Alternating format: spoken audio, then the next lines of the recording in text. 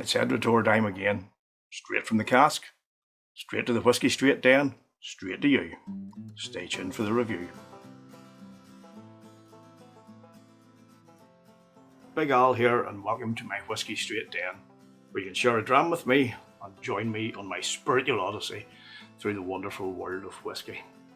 And today it is truly wonderful, because what I've got here is the Edradour 10 Straight from the Cask, a stunning little bottle and stunningly presented in this cool little wooden cask here with a sliding front.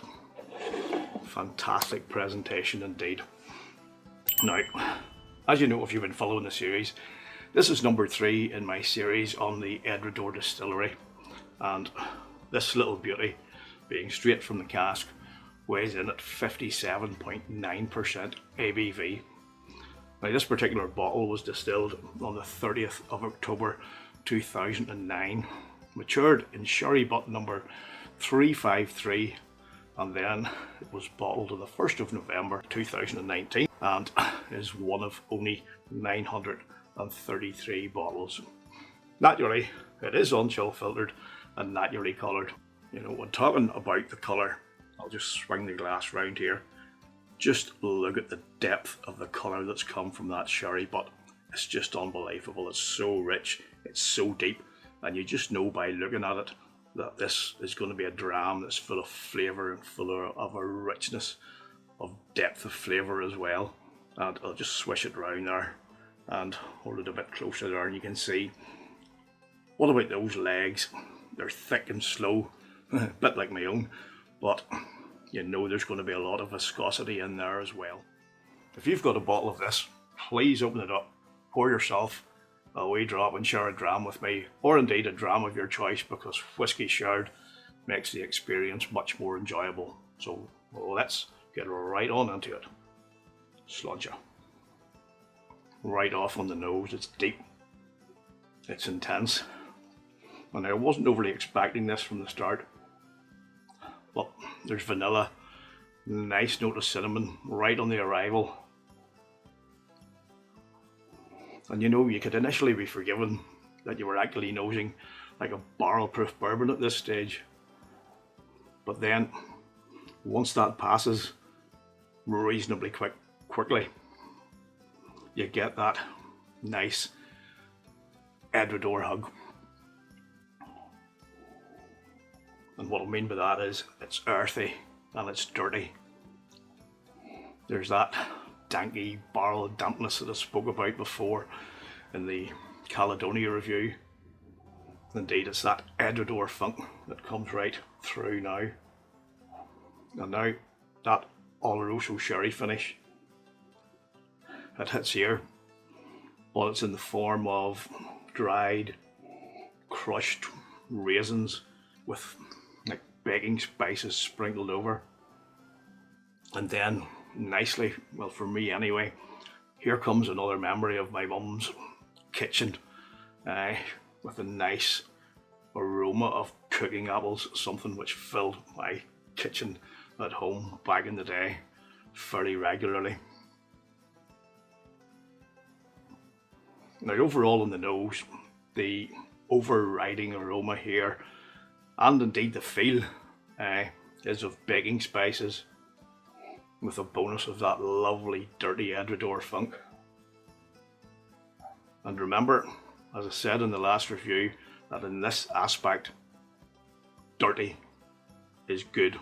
In fact, in this case, it's beyond good. It's actually great. So let's get right on into the palate and see what this little beauty tastes like. Sludger. Ooh. There's quite a kick up front here. It's hot, but like it's a different kind of heat than you would normally expect from a cask strength, or well, it is to me anyway. It's a wee bit like burnt earth. It's like there's that earthy flavour there, but when that flavour comes right after it, there's a big fiery punch, and it's like there's burning coals just underneath that earthiness that give you that whoo straight off, yeah, quite intense, but at the same time very nice and full of flavour, because once that burn starts to dissipate, the flavour's deep, it's intense, it coats the palate, and it's like there's a mash of extremely rich dried fruits like raisins and dates. Now it is reasonably drying on the palate, and there's a quite an intensity of char flavour coming from the sherry butt, and a really interesting and complex whisky right from that first sip. So we'll go in again and see how it develops. Cheers. Now that mid palate heat, it's still there. It's still pretty intense, even on the second sip. But now that element of burnt earthiness is gone, and it's taken on an orange spice, perhaps even with a little bit of ginger in there too, to give it a wee bit of extra oomph, so to speak. But those deep, rich, dark flavours remain. They're just so intense. It's got black coffee here, rich dark chocolate, some toffee as well. And now, just seemingly out of nowhere, right from the depths of this darkness here, out pops a little lighter sherry note. And it's like almost there's been a few raisins and sultanas in there that have somehow avoided the full rigours, the full extent of the impact of the 10 years in the sherry butt, and now they feel safe to pop up and say hi. Yeah, and that adds a nice little lighter note to that deep dark intensity. So we'll go in for one more and then do a bit of summing up. It's just so rich and satisfying.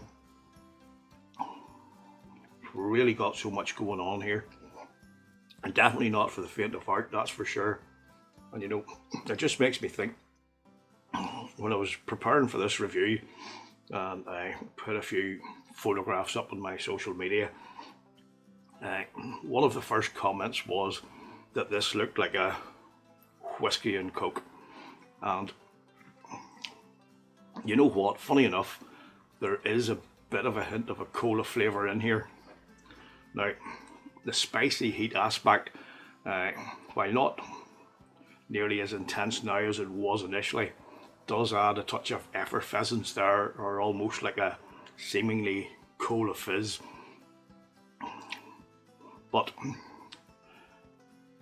the overall cola effect here is not like drinking Coca-Cola itself. It's more like cola infused with raisins and sultanas, with a bit of milk chocolate melted into the mix, and then a wee splash of Oloroso sherry. I was going to say cherry. A wee bit of Oloroso sherry splashed in there as well.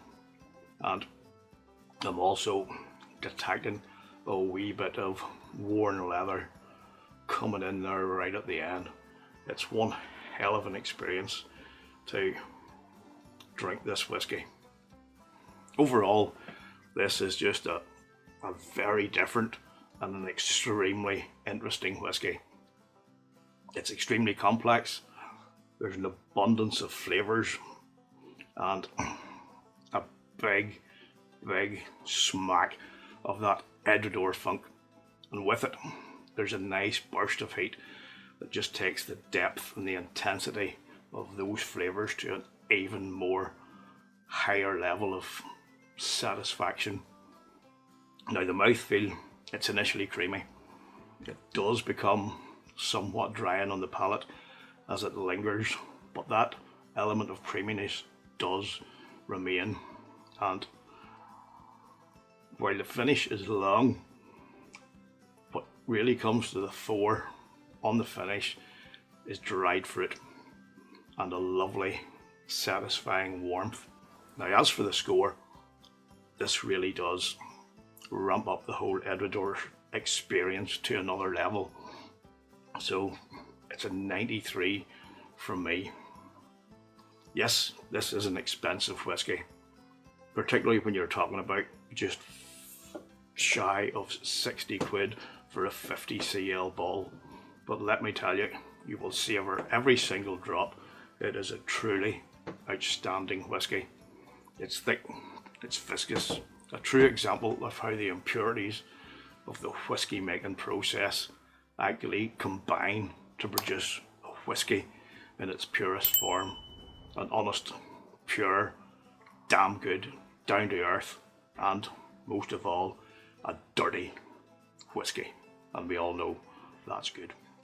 So on that note, yes, you've guessed it, it's another shout out to the awesome Edradourian Knights group on Facebook. Go check them out, the link's down below. I've said it before and I'll say it again. In there you'll get the best welcome you'll get in any group. A more inspirational and knowledgeable bunch of fellow whiskey enthusiasts you could not be part of. I raise my glass to you. So go check them out. You will not regret it. So that's all for now, folks. The next review will be coming up in a couple of days. And until then, with all that's going on in the world today and all the craziness, just keep safe, folks. Keep drinking your whiskey, and when you're doing it, you know where it goes.